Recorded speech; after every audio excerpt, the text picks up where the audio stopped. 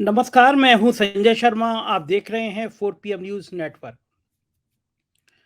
मेरा थंबनेल देख के आप चौंके होंगे। बहुत दर्द के साथ ये वीडियो बोल रहा हूँ आज मैं। और जो मोदी जी ने, आज मैं सीधा-सीधा नाम ले रहा हूँ, मोदी जी आपने जो मुल्क बना दिया, इस मुल्क की कल्पना मैंने कभी की नहीं थी। और नफ़रत की खेती बोते-बोते आप यहाँ तक देश को ले जाएँगे,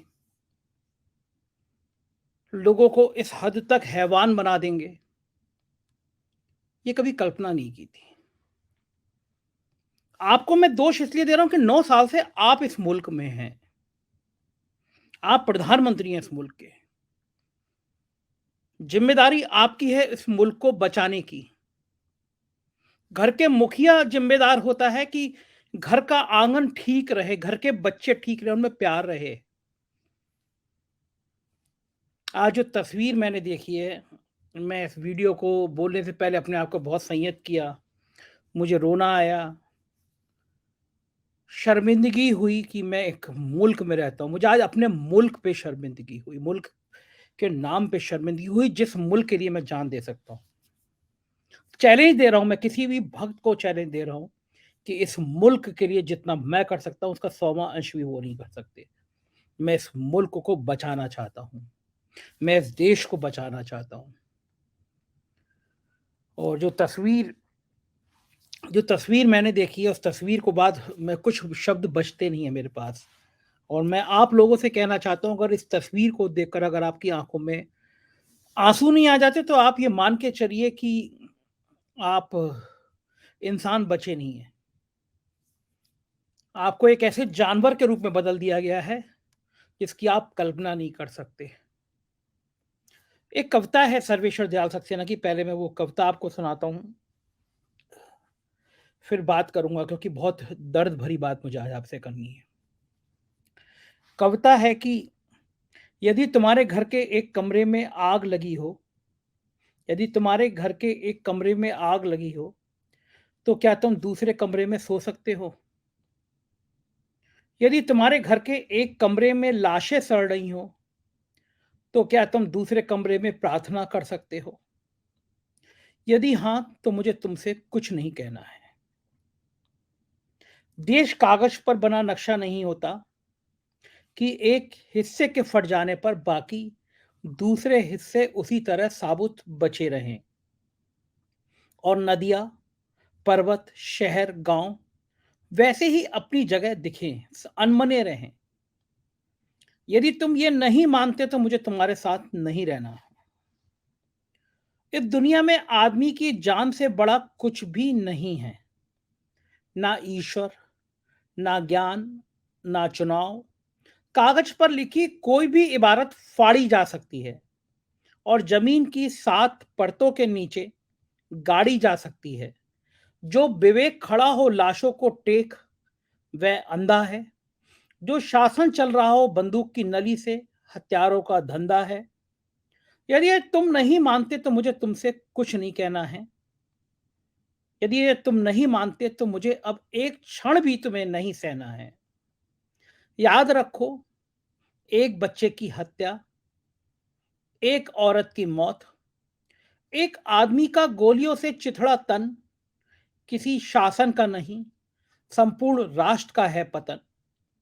ऐसा खून बहकर धरती में जज्म नहीं होता, आकाश में फहराते झंडों को काला करता है। जिस धरती पर फौजी बूटों के निशान हों और उन पर लाशें गिर रही हों, ये धरती, वो धरती यदि तुम्हारे खून में आग बनकर नहीं दौड़ती, तो समझ लो तुम बंजर हो गए हो। तुम्हें यहाँ सांस लेने का नहीं है अधिकार। तुम्हारे लिए अब नहीं रहा ये संसार। आखिरी बात, आखिरी बात बिल्कुल साफ, किसी हत्यारे को कभी मत करो माफ। चाहे हो वो तुम्हारा यार, धर्म का ठेकेदार, चाहे लोकतंत्र का सौ नाम धन पहरेदार। ये कविता है और ये कविता आज के संदर्भों में, इस देश की राजनीति के घिनौने संदर्भ में बिल्कुल सही है। इस देश का एक राज है, मणिपुर नाम है उसका, भारत का एक हिस्सा है। 2 महीने से जल रहा है।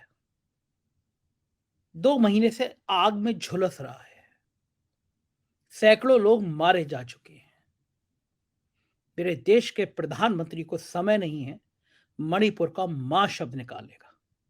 झूठे प्रवचनों से, अपने अहंकार से फुर्सत नहीं है। विरोधियों को नेस्तनाबूद करने का, विरोधियों को जड़ से मिटा देने का समय है मेरे देश के प्रधानमंत्री के पास, लेकिन मणिपुर का मां शब्द बोलने का समय नहीं है मेरे देश के प्रधानमंत्री के पास। मुझे इससे भी कोई शिकायत नहीं। आप करिए राजनीति, आप डाल दीजिए अपने विरोधियों को जेल में, आप बंद कर दीजिए वो सारी जवानें जो आप पर सवाल उठाती हैं, उसमें एक मैं भी हूं। मरवा दीजिए, जेल में डलवा दीजिए, सारे छापे पड़वा दीजिए, सारी एजेंसियां लगा दीजिए, जितना आप मेरा बुरा कर सकते हैं, मेरे जैसे सवाल उठाने वाले का बुरा कर सकते हैं, कर दीजिए। मैं सब कुछ सहने को तैयार हूं, अगर आज एक तस्वीर को देखकर मुझे आपसे ये सब कहने का मन नहीं करता, तो शायद मैं आज ये भी नहीं कहता कि जो चाहे आप करवा दीजिए, जो चाहे मरवा दीजिए। और इस देश के लोगों को अगर इस तस्वीर को देखकर भी आपकी आंखों में आंसू नहीं आते, तो यकीन मानिए देश मर चुका है।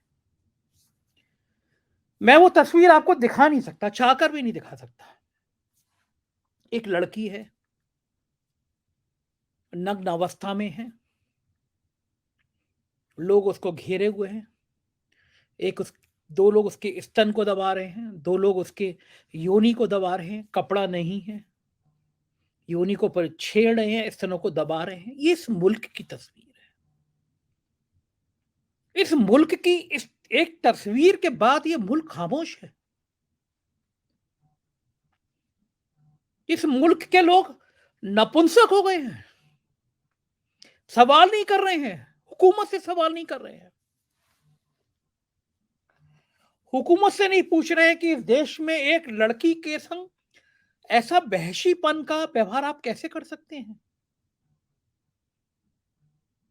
लोग सो जा रहे हैं, नींद आ जा रही है। ये आजादी का अमृत काल है। ये विदेशों में जाके भारत के मान बढ़ाने वाली तस्वीर है। इस देश की इतनी घिनौनी तस्वीर कभी आपने देखी? कैसे इस देश में एक लड़की को सामूहिक रूप से घेर कर बाजार में उसके कपड़े फाड़ के उसके संग, उसके शरीर के अंगों के संग ऐसा खिलवाड़ किया जा रहा है। प्रधानमंत्री को फुर्सत नहीं है मणिपुर का मां बोलने को। ये भारत है। और मैं कहूंगा कि अगर ये भारत होने वाला है, तो मैं मरना पसंद करूंगा, ऐसे मुल्क में रहना पसंद नहीं करूंगा।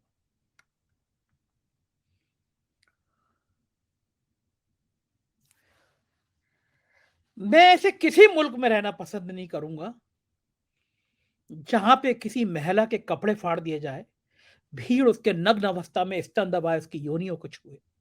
मैं वो तस्वीर नहीं दिखा सकता आपको। कई लोगों ने मुझे भेजी, सोशल मीडिया पे वायरल हो रही है। मणिपुर की ये तस्वीर पूरे देश पर कलंक है। मणिपुर की ये तस्वीर इस देश के आने वाले 100 सालों के ऊपर कलंक बनी रहेगी।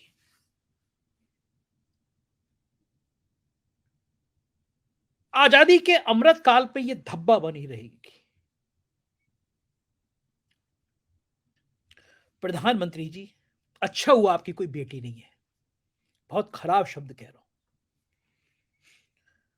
आप बेटी का दर्द महसूस नहीं कर सकते, शायद इसलिए नहीं कर सकते। आप कितने भी डायलॉग बोले, बेटी बचाओ बेटी पढ़ाओ, आप बेटी का दर्द महसूस नहीं कर सकते। अपनी अपनी बेटियां याद आती है लोगों को।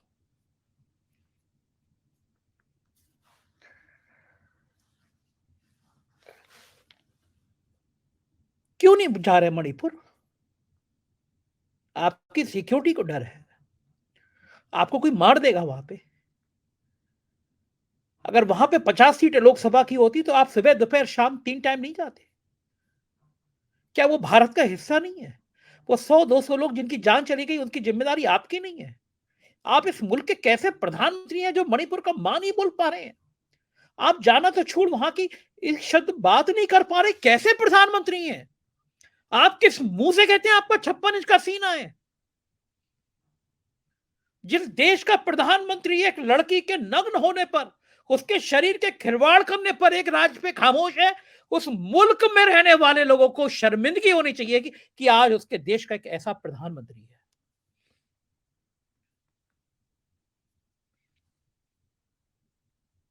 इस देश की आधी आबादी का सवाल है।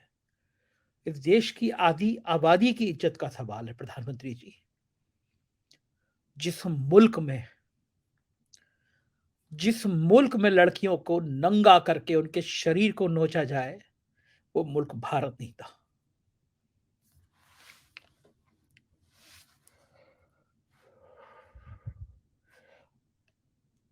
आपने आपने लोगों के दिमाग में इतना जहर भर दिया है,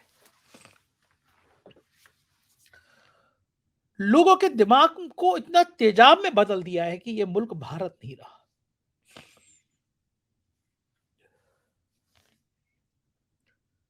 प्रधानमंत्री जी, आपने वो कहानी नहीं सुनी कि एक पक्षी को तीर मार दिया था।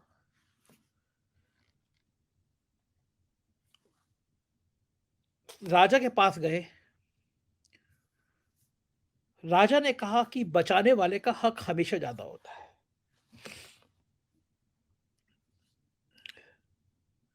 इस मुल्क का इतिहास आपने पढ़ा ही नहीं है, पन्ना धाय को आप जानते ही नहीं है, गुरु गोविंद सिंह के बच्चों की आपने कहानी सुनी नहीं है।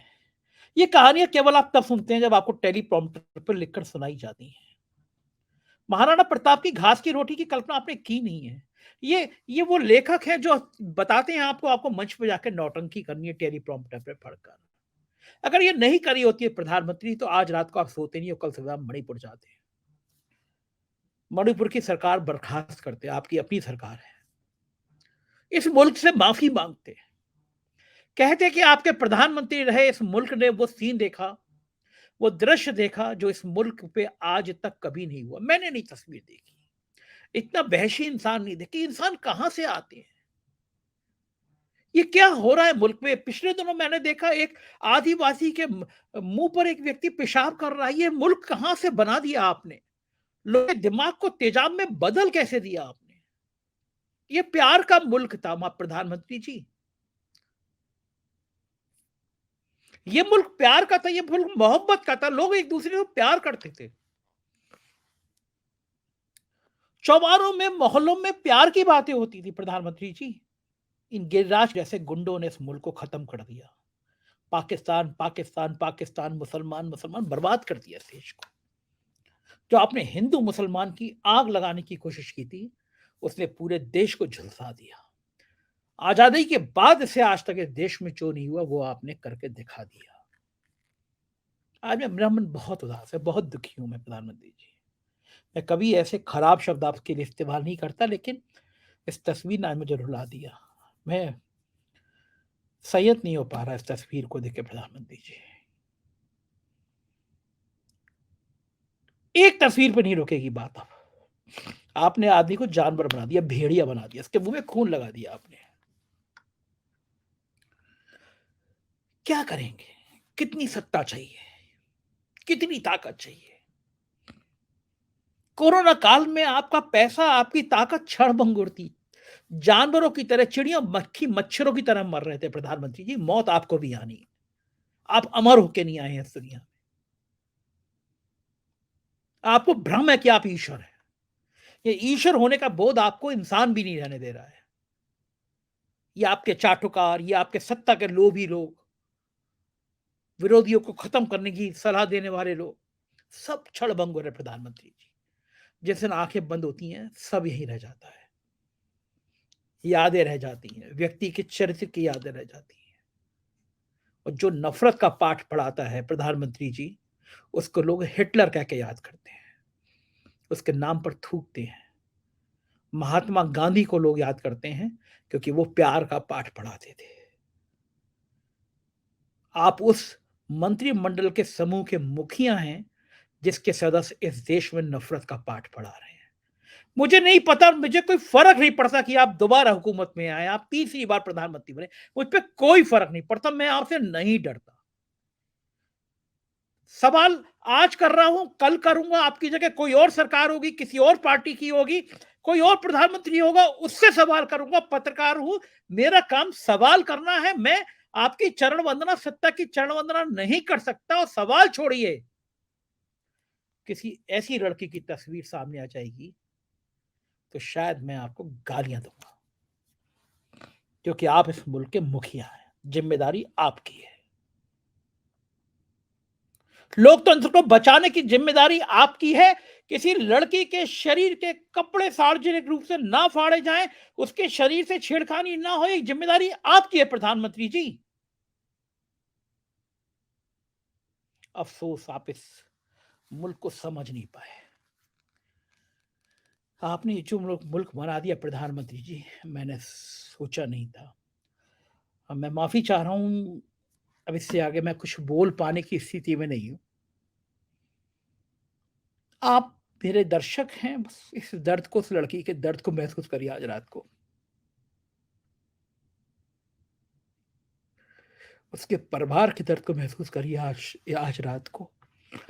मैं बोल पाने की स्थिति में नहीं हूं, इसलिए मैं आपसे माफी चाह रहा हूं, वीडियो को खत्म कर रहा हूं। लेकिन शायद पिछले कुछ सालों का सबसे दर्द की रात है। मेरे मन मस्तिष्क में उस फोटो को देखने के बाद मैं नहीं रुक पा रहा हूँ। और शायद इस दर्द को मैं जिंदगी भर महसूस करूंगा कि मैंने एक ऐसे मुल्क में जन्म लिया था, जो मुल्क बहुत अच्छा था, और नफरत की आग इस मुल्क को यहाँ तक ले आई कि एक लड़की के शरीर पर कपड़े नहीं होते हैं और भीड़ उसके स्तनों से छेड़खानी कर रही है। क्षमा करना मेरे देश, इस मुल्क के इस हालत के लिए कहीं न कहीं हम सब ज़िम्मेदार हैं, जो हम खामोशी से सब देख रहे हैं और हमारे साथ, हमारे बच्चों के साथ रोज़ ऐसे बलात्कार हो रहे हैं। अलविदा।